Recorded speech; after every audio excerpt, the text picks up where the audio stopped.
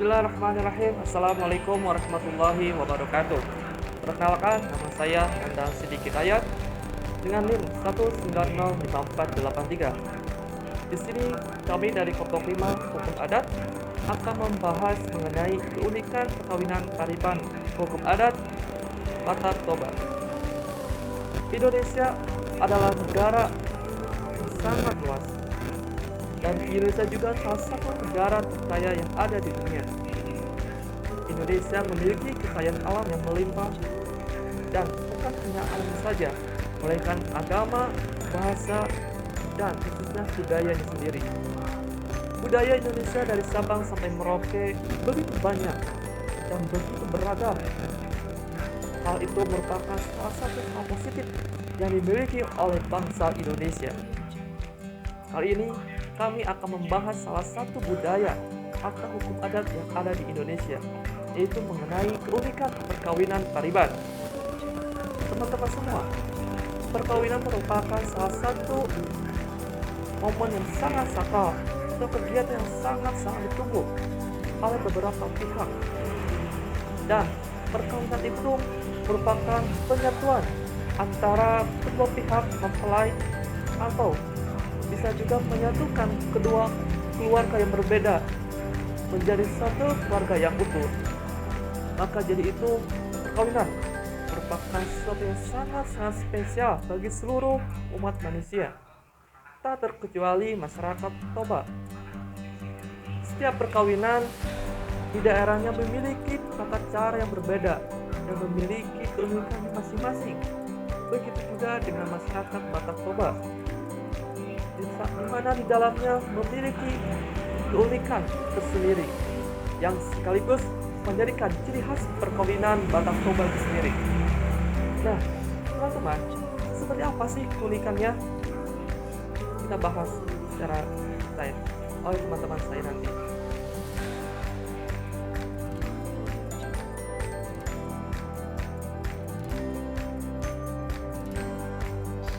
Assalamualaikum teman-temanku semua. Saya Ikhwan Rifai 1902045 PKN 2019A.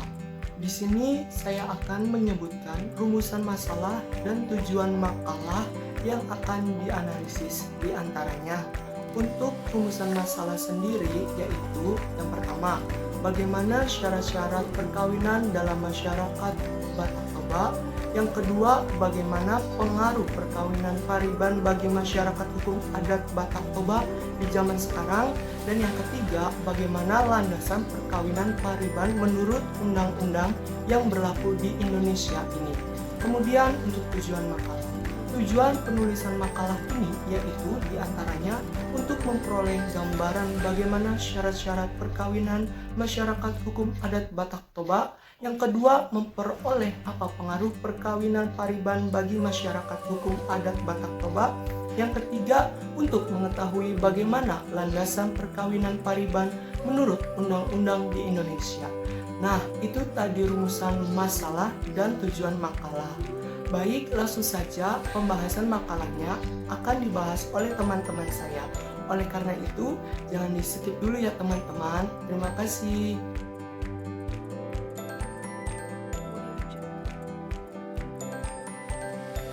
Perkenalkan, nama saya Winawura Kinena Janahangita dengan NIM 1907767. Di sini saya akan memaparkan mengenai apa saja syarat-syarat dari perkawinan masyarakat suku Batak Toba.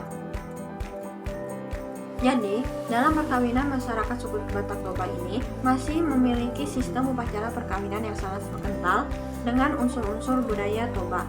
Ketika sepasang laki-laki dan perempuan suku Batak Toba yang akan menikah, kedua belah pihak harus memenuhi beberapa syarat sebagai berikut. Yang pertama, calon mempelai laki-laki dan perempuan tidak boleh berada dalam satu rukun marga yang sama. Kedua, mempelai wanita tidak boleh menikahi seorang laki-laki yang memiliki marga yang sama dengan ibunya. Lalu yang ketiga, seorang mempelai wanita harus meminta izin terlebih dahulu kepada tulang atau saudara laki-laki dari ibunya untuk menikah atau meminta doa restu. Karena pada dasarnya prinsip orang Batak adalah tulang sabolani langit, yang artinya tulang adalah setengah dari langit. Keempat, calon mempelai laki-laki harus sudah mempersiapkan mahar atau sering juga disebut dengan sinamot. Sekian pemaparan dari saya mengenai syarat-syarat perkawinan dalam masyarakat suku Batak Toba. Dan pemaparan selanjutnya akan dilanjutkan oleh teman saya. Terima kasih.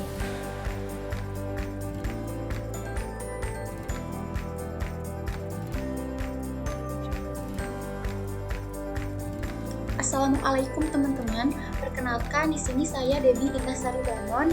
Di sini saya akan melanjutkan pemaparan apa yang telah dipaparkan oleh teman saya, teman-teman. Materi yang akan saya paparkan kali ini yaitu mengenai pengaruh perkawinan Pariban bagi masyarakat hukum adat Batak Toba di zaman sekarang, teman-teman. Nah, perkembangan zaman yang pesat saat ini, teman-teman, dengan masuknya pengaruh globalisasi dan agama, tradisi atau fenomena perjodohan ala Pariban ini, banyak pendapat respon yang berbeda-beda, teman-teman. Nah, khususnya bagi para kaula muda, itu akan dengan sah-sahnya saja mengklaim bahwa seseorang itu sebagai paribannya, teman-teman, dengan mempelajari persamaan marga seperti yang telah tadi teman saya jelaskan, teman-teman. Nah, seseorang pemuda ini, teman-teman, biasanya akan mencari wanita yang sama marganya dengan ibunya, yang mana kemudian disebut sebagai boru tulang atau putri tulang, teman-teman. Nah, teman-teman, hal tersebut itu banyak ditemukan di kalangan pemuda-pemuda Batak yang tersebar luas. Nah, banyaknya hal tersebut itu merupakan hal yang menarik yang terjadi dengan fenomena Pariban ini, terutama bagi anak perantau, teman-teman. Ketika sepasang orang Batak berkenalan, tentu akan bertanya marga terlebih dahulu. Jika marganya itu sama, sebaiknya jangan saling menyukai, karena menurut mereka itu hal itu merupakan aib, atau jika menjalin hubungan spesial semacam berpacaran dengan semarga sendiri. Nah, teman-teman, karena hal tersebut itu dianggap sama saja seperti seorang kakak yang menikahi adik kandungnya sendiri, teman-teman. Jika memang marganya ini tidak sama, kemudian akan langsung menanyakan marga ibunya, karena dengan mengetahui marga ibulah, maka akan diketahui apakah istilah Pariban tersebut berlaku pada ketuanya atau tidak, teman-teman. Nah, sekian teman-teman pemaparan dari materi saya. Selanjutnya akan dilanjutkan oleh rekan saya. Terima kasih.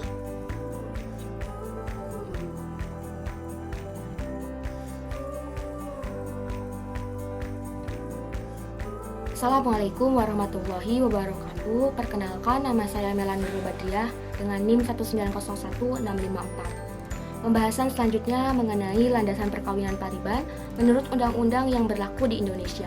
Seperti kita tahu bahwa hukum adat merupakan hukum yang tidak tertulis yang menjadi pedoman atau aturan yang mengatur kehidupan masyarakat. Hukum tidak tertulis ini memiliki sifat dinamis, artinya bisa berubah dan mengikuti perkembangan zaman. Dengan berlakunya Undang-Undang Nomor 1 Tahun 1974 tentang Perkawinan Lembaran Negara Republik Indonesia, maka syarat-syarat sahnya perkawinan diatur oleh undang-undang tersebut. Kecuali bagi mereka yang tidak menganut suatu agama, maka syarat sahnya ditentukan oleh hukum adat yang berlaku sebelum diundangkannya Undang-Undang Perkawinan ini. Sahnya perkawinan menurut hukum adat Batak Toba sesuai yang ditentukan oleh Undang-Undang Nomor 1 Tahun 1974 tentang Perkawinan Lembaran Negara Republik Indonesia, yaitu sahnya perkawinan berdasarkan agama masing-masing. Maka bagi masyarakat Batak Toba yang beragama, sahnya perkawinan sesuai dengan apa yang ditentukan oleh hukum agamanya masing-masing mengenai syarat sah dan rukun perkawinan. Perkawinan menurut hukum adat adalah urusan kerabat, urusan keluarga, urusan masyarakat, urusan pribadi satu sama lain yang dalam hubungannya pasti berbeda-beda. Jadi, perkawinan menurut hukum adat adalah merupakan tanggung jawab bersama dari masyarakat hukum adat tersebut. Terima kasih. Wassalamualaikum warahmatullahi wabarakatuh.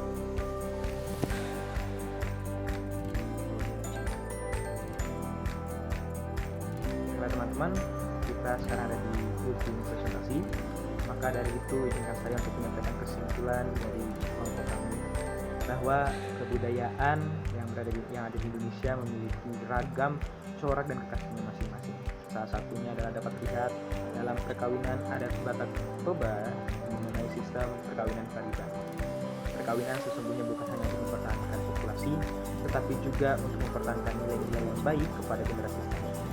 Jadi sebagai generasi penerus bangsa ini atau generasi kita harus mempertahankan dan memberikan budaya yang baik untuk kita kenalkan kepada generasi selanjutnya agar tidak punah atau hilang dari negara. Sekian pemaparan dari kelompok kami oleh AT. Terima kasih.